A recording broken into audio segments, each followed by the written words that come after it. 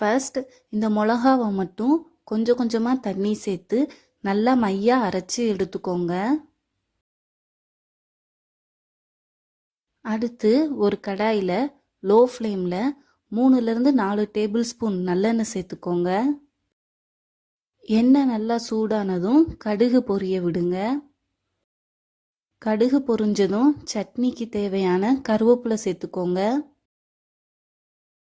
அடுத்து 1 ஸ்பூன் பெருங்காய பொடி சேர்த்து கலந்து விட்டுக்கோங்க.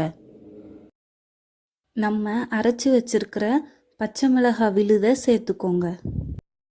2 மினிட்ஸ் கழித்து 2 டேபிள் ஸ்பூன் மல்லிப்பொடி சேர்த்து கலந்து விட்டுக்கோங்க. அடுத்ததாக கரைச்சி வச்சிருக்கிற புளி தண்ணியை சேர்த்துக்கோங்க. புளி தண்ணி சேர்த்து நல்லா கலந்து விட்டுட்டு கொதிக்க விடுங்க.